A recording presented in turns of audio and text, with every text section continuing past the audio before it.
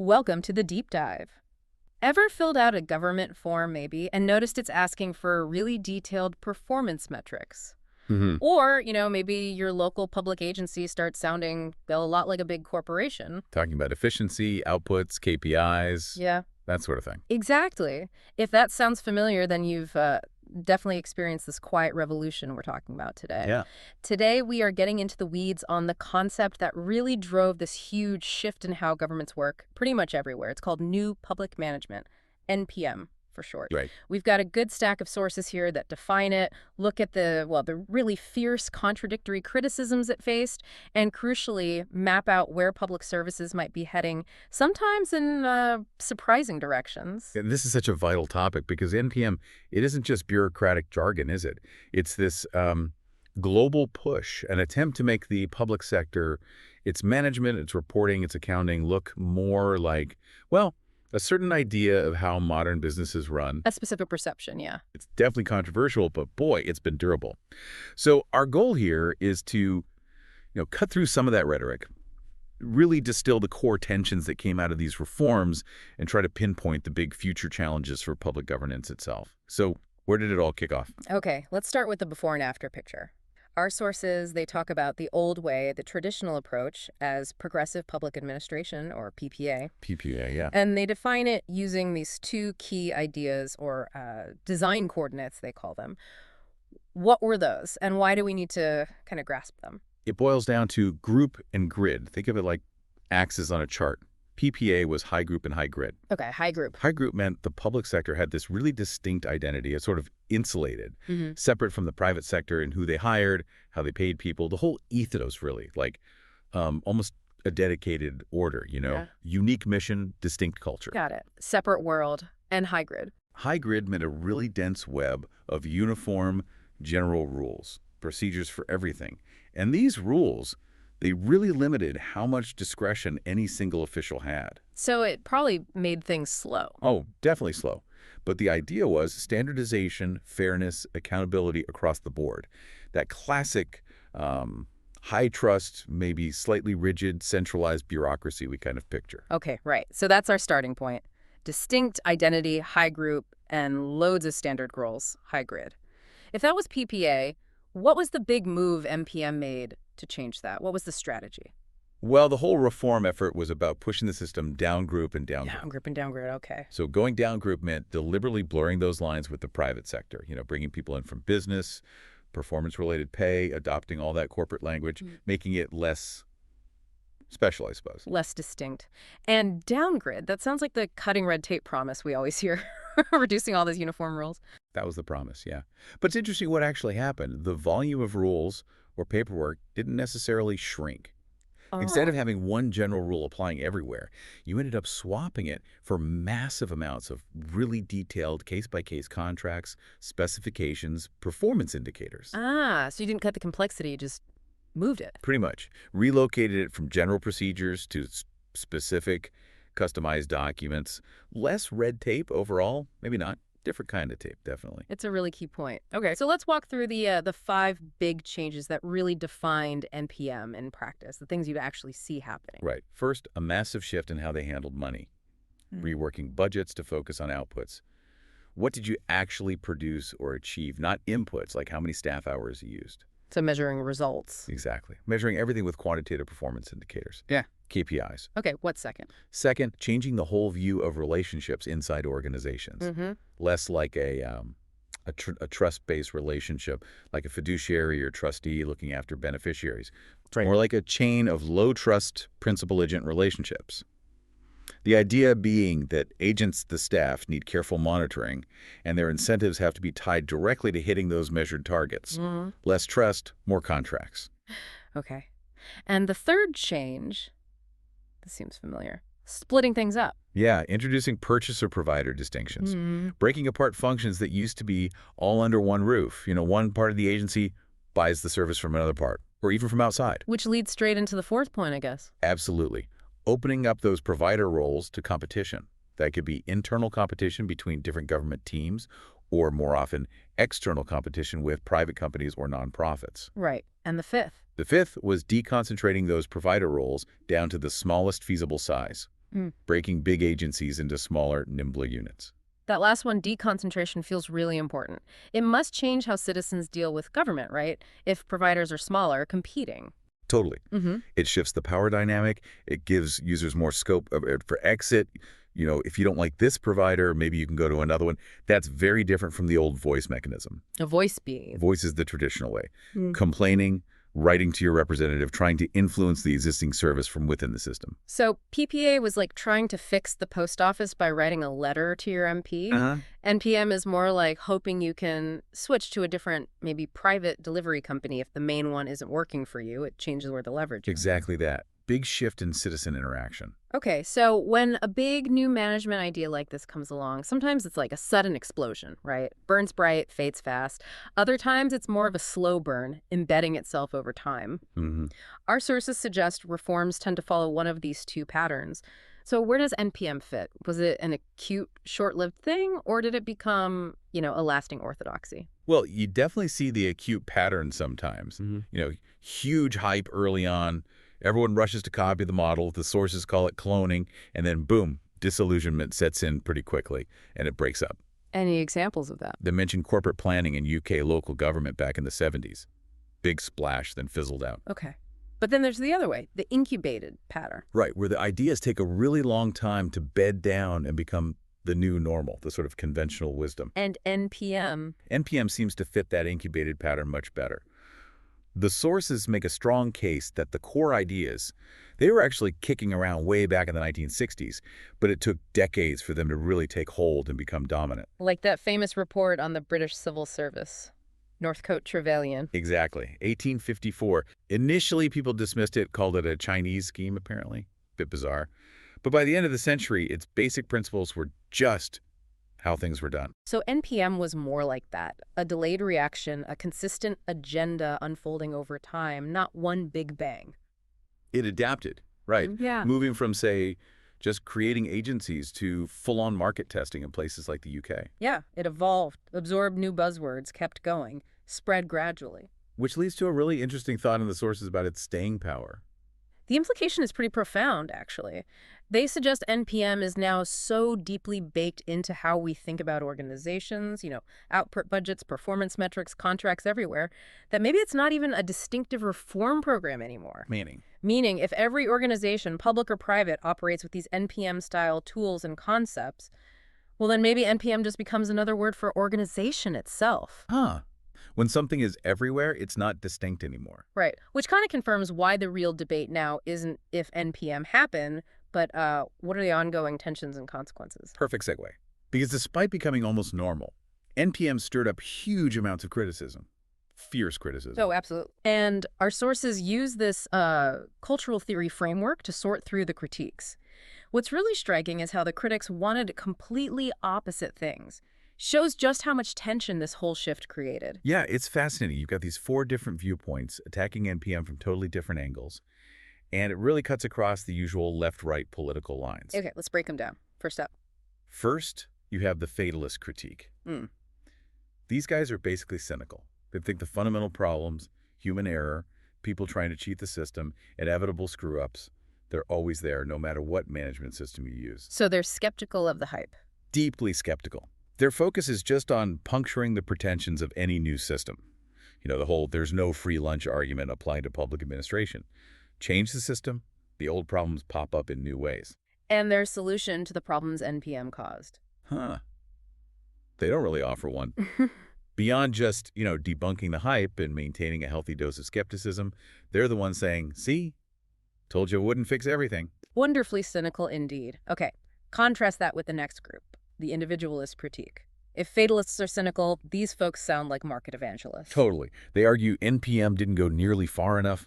For them, NPM is this messy, unsatisfactory halfway house. Still too much government interference. Because they believe in? Market forces. Entrepreneurship. They hate the fact that NPM often relies on quasi-contracts, these agreements that aren't fully legally enforceable like a business contract, too wishy-washy, still too bureaucratic for their taste. So their fix is more market. Much more market. Push the logic all the way. Replace those quasi-contracts with real, binding, justiciable contracts. Go for full privatization, not just corporatization where the state still owns it. And crucially, pay everyone based strictly on measured performance. Pure market rules for governing. Wow. Okay. Total opposites. Now the third group, the hierarchist critique. Where are they coming from? They're looking at it from the perspective of, like, central control. System stability. They worry that all the decentralization in NPM, all the contracting out, it risks things spinning out of control. It damages the ability to manage the whole system coherently. So their concern isn't profit or cynicism about failure, but more about safety, control, preventing disasters. Exactly.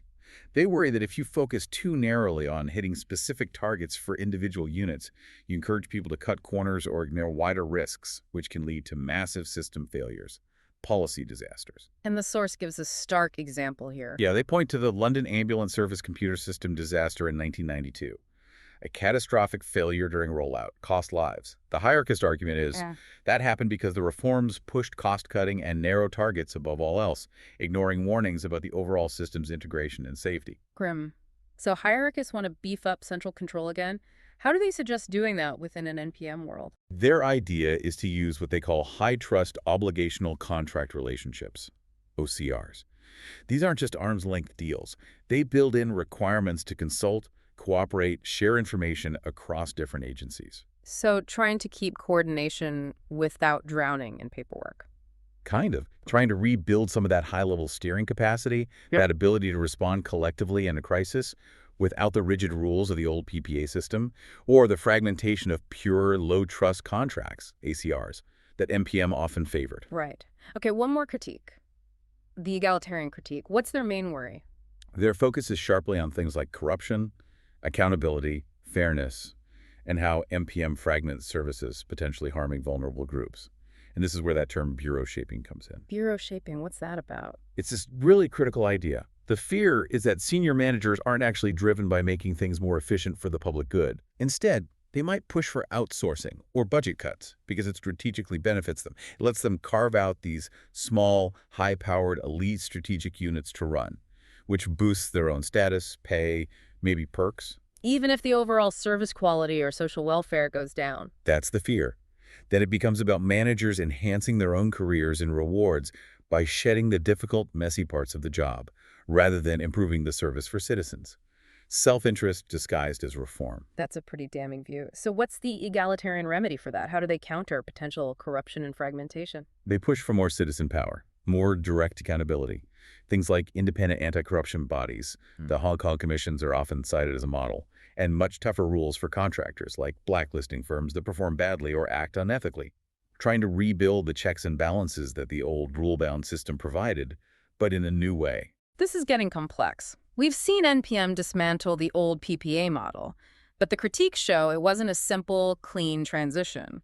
So where did these reforms actually lead? It's not just a choice between old bureaucracy and new market, is it? No, definitely not. Using those design coordinates again, group and graded the sources, map out 4 possible futures, or maybe states, for public management. And the one NPM officially aimed for, it's only one of the 4. Okay, let's visualize this. Maybe like 4 quadrants on a graph. Yeah. What's in the first corner? The old way. Yeah, top corner, let's say. Yeah. That's the public bureaucracy state. High group, high grid, that's your traditional model. Big, distinct public sector organizations, lots of rules. Yeah. Think classic German civil service style. Familiar territory. Okay. And the corner NPM wanted to reach the official goal. That's the opposite corner. Minimum purchasing state. Low group, low grid. Here, government shrinks right down. Its main job is just writing and managing contracts for services delivered by others. The state becomes purely an intelligent consumer. Like the Los Angeles government model mentioned. That's the example to use, yeah. Minimal direct delivery, maximum contracting out. Okay, but you said there are 2 other possibilities. The unintended consequences, maybe. These sound important. Let's take the headless chicken model first. What's that? Right. The headless chicken, that's high group, but low grid. So, still a distinct public sector identity, but the general rules are gone. Exactly. What you get is a system that's kind of overmanaged at the local level. Individual agencies are busy doing their own thing, making rational choices for themselves, but the overall system is undermanaged. There's no coherent collective strategy. No one's really in charge of the big picture. Sounds chaotic.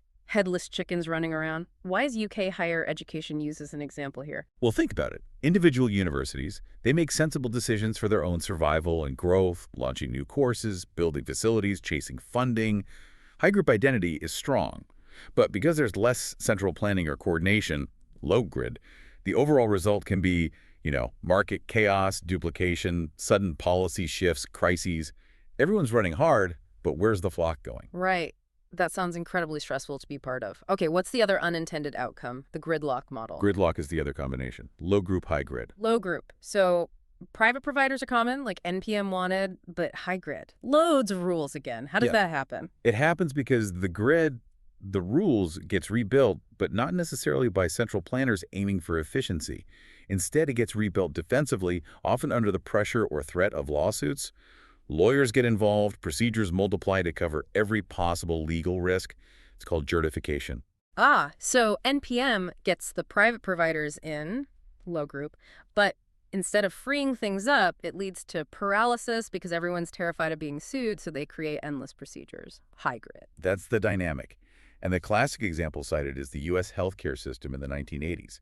Lots of private involvement, but also an explosion of administrative procedures, paperwork, defensive protocols, all driven by the legal environment. It just gummed up the works. So the crucial insight here is? The crucial insight is that trying to get to that neat market-style minimum purchasing state often doesn't work out. You're much more likely to end up, maybe even bounce between the headless chicken state or the gridlock state. Those turbulent, messy realities are often the real alternatives we need to compare against the old PPA model, not just the idealized NPM vision. And this really brings us to the biggest questions, the highest stakes involved here. One obvious danger highlighted is what the sources call inappropriate cloning. Cloning, meaning just copying the NPM model everywhere. Yeah, adopting these management models wholesale, across the board, without thinking carefully about whether they actually fit the specific job that needs doing. So you shouldn't use the same performance metrics for, say, routine street cleaning as you do for counterintelligence or running the prison system. Exactly. Because some tasks, some environments, especially those dealing with really high threats like organized crime or needing absolute integrity, they might fundamentally require the strengths of that old public bureaucracy state model. The insulation, the strong rules, the high trust within the organization.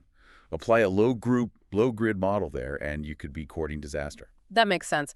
But the sources seem even more worried about something deeper. This lack of serious discussion about what the state must keep in-house, the core competencies. This is the hollowing out idea, isn't it? It is. And there's a direct parallel drawn with the private sector. Business strategists constantly warn companies. If you outsource too much, especially critical functions, you risk hollowing out. You lose vital skills, you lose touch with your suppliers, you lose direct connection with your customers.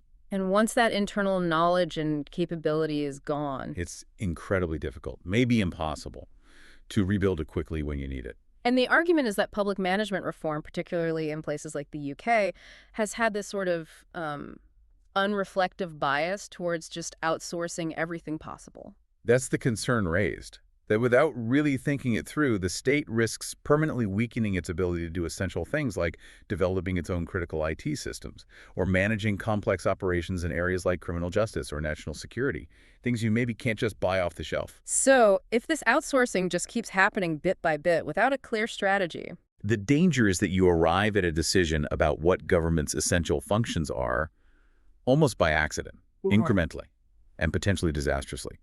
They draw a parallel to U.S. computer companies in the 80s that outsourced so much manufacturing they eventually lost control of their own industry. Wow. So these aren't just technical management debates. Not at all. They are fundamentally constitutional issues. They touch the very foundations of the state's capacity to act, to govern, to ensure political life can function. Big stakes. Hashtag outro. Okay, that was a really deep dive into how modern government got reshaped. We've traced that clear shift away from the old PPA model towards NPM. We saw how NPM wasn't just a fad, but more of an incubated orthodoxy, embedding itself over decades. And we unpacked those four really challenging, contradictory critiques: the fatalist, the individualist, the hierarchist, and the egalitarian views. Yeah, and we established that the simple picture NPM painted the state just becoming an intelligent consumer in a minimum purchasing state. Well, that's often not how it plays out. We really need to focus on those unintended consequences, those messier realities. The headless chicken model and the gridlock model. Because they show the potential costs, right? When efficiency maybe trumps coherence or control. Exactly.